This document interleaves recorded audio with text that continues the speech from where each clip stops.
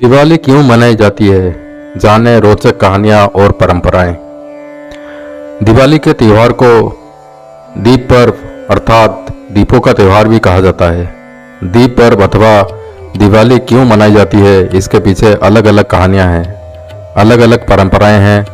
कहते हैं जब श्री राम 14 वर्ष के वनवास के पश्चात अयोध्या नगरी लौटे थे, तब उनकी प्रजा ने मकानों की सफाई की और दीप जलाकर उनका स्वागत किया।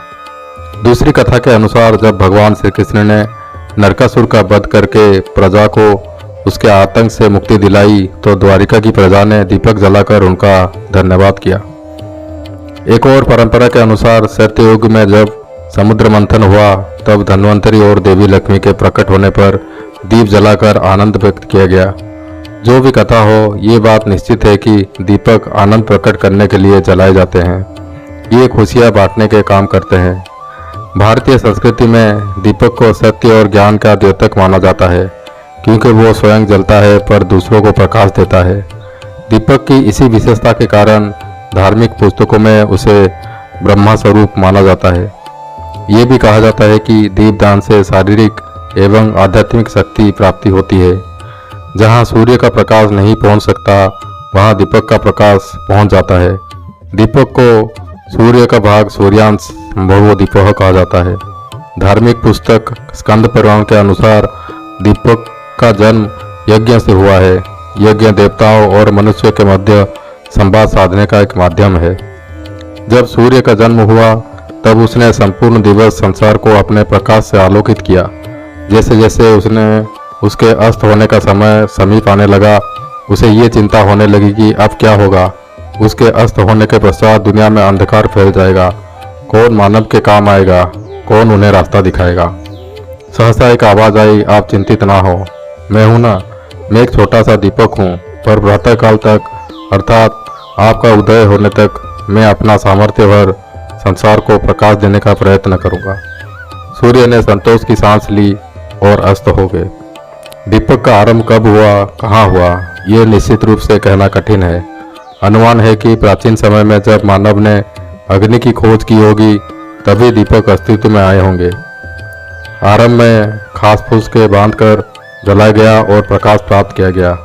मसालों के रूप में ये दीपक थे जो प्रकाश देते थे। पत्थर के युग में ये मानव प्रथमतः खोखले पत्थरों को दीपकों की भांति उपयोग में लाना आरंभ किया। वृक्ष की पतली नरम छालों को रश्मि के भांति बांटकर बत्ती बनाई जाती थी। फिर मानव ने पत्थर और पत्थर की चट्टानों को खोदकर दिए बनाना आरंभ किया। गुफाओं में मूर्तियां और चित्र बनाने की प्रक्रिया में पत्थर के दीपक सहायक सिद्ध हुए। भारत में अजंता, एलोरा और अन्य स्थानों पर गुफाओं में कला के अद्वितीय प्रदर्शन में पत्थर के दिए गए काम आए। फ्रांस में बिजेरे नदी के किनारे की गुफाओं में पत्थर के दिए प्राप्त हुए हैं। पत्थर के दियों के बाद सीप और शंख अस्तित्व में आए। दीपक का आकार बदलता रहा। धीरे धीरे मानव ने मिट्टी के दीपक बनाना सीख लिया। धीरे धीरे जैतून, सरसों और शीशम का तेल उपयोग में लाया जाने लगा। सत्य तो ये है कि आज भी सर्वाधिक मिट्टी के दीपक ही प्रचलन में आए हैं। दीपक यात्रा से अगली मंजिल थी धातु की खोज। सोना, चांदी, तांबा, पीतल आदि धातुओं को पिघलाकर विभिन्न आकारों की दीपक बनाए जाने लगे। छोटे से छोटे और बड़े से बड़े दीपक तैयार किए जाने लगे। उन्हें संभालने के लिए पीतल के मूठ लगाई जाती थी। उस काल में बिजली नहीं थी। समृद्ध परिवारों में उपयोग किए जाने के लिए झाड़ फानूस तैयार हुए, जिनमें एक साथ कई दीपक और मोमबत्तियां जलकर दिन के प्रकाश जैसा प्रकाश देते थे। धार्मिक स्थानों में भी फानूस लगाए जाते थे। सुंदर नक्काशी वाले दीपक मंदिरों की छतों में लगाए जाते थे। द्वार पर हाथी और शेरों की आकृति वाले दीपक दक्षिण भारत की मंदिरों में आज भी देखने को मिल जाते हैं। प्राचीन धार्मिक ग्रंथों में विभिन्न प्रकार के दियों की उल्लेख मिलता है।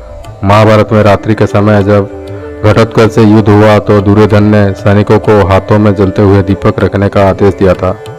मथुरा, पाटलिपुत्र, तक्षशिला, अवंतिका आदि में उदय के दौरान मिट्टी के दीपक प्राप्त हुए थे। तक्षशिला के दीपक कलाकारी के उत्तम नमूने थे। उनमें विशेष बात यह थी कि दीपक का निचला भाग ठंडा रखने के लिए उनमें पानी भरने का स्थान होता था। हड़प्पा संस्कृति के दीपक बलूचिस्तान में माल नामी स्थान पर प्राप्त हुए थे। वो मिट्टी से बने चौकार दीपक थे। उनके चारों कोनों में बत्तियां रखने का स्थान था। मोहनजोदड़ो में पाए गए दीपक गोलाकार थे। वहाँ मार्ग के दोनों ओर लगाए जाने वाले दीपक भी प्राप्त हुए थे। भारत में यूनान देश के दीपकों से प्रभावित होकर नवकलकर ने के दीपक भी बनाए गए। प्याले के आकार का दीपक भी 5वीं शताब्दी से पूर्व तक बनने लगे थे। इनके अतिरिक्त मंदिर में आरती के समय उपयोग में आने वाले पंचमुखी और सप्तमुखी दीपक भी प्रचलन में थे। पूजा के समय दीपक अर्चना दीप कहलाते थे। शयन कक्ष में निशी दीपक प्रयुक्त होते थे। बंदरगाहों में मार्ग दिखाने वाले आकाशदीप नाम से जाने जाते थे। पेड़ों पर लगाए जाने वाले दीपकों को वृक्षदीप नाम था। इनमें अनेक टहनियाँ होती थी। प्रत्येक टहनी पर दीपक और ऊपरी भाग में देवी देवताओं की मूर्ति केवल सिर होता था। घर के त्योहारों में आटे का दीपक काम में लाए जाते थे। दूसरों की भलाई के लिए काम में लाए जाने वाले नंदा दीप कहलाते थे।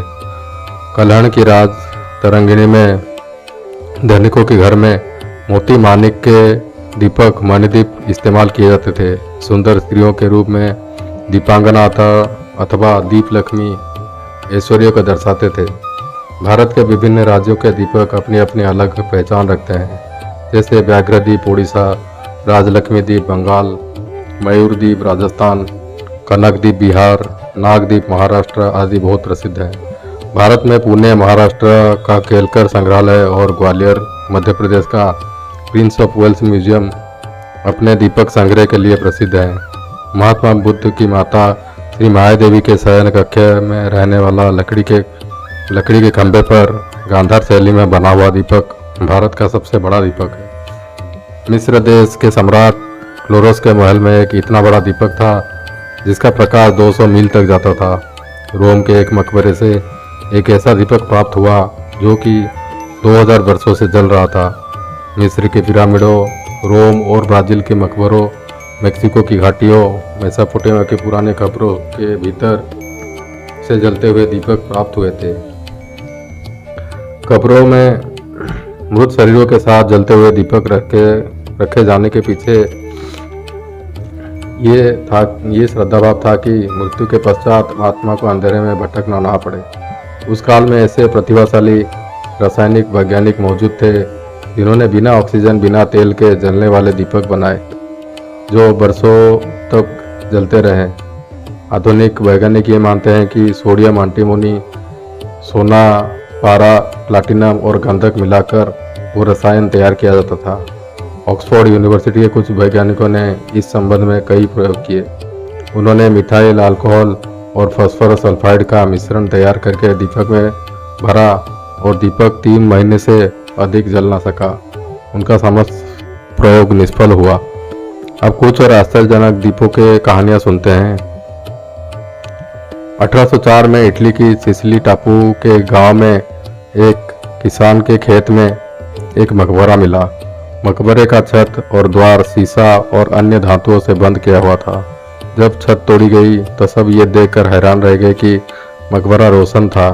कई लोग इसे भूतिया कारनामा समझकर भाग खड़े हुए। किसी ने साहस करके मर्तबान को तोड़ डाला। मर्तबान के टूटते ही दीपक बुझ गया।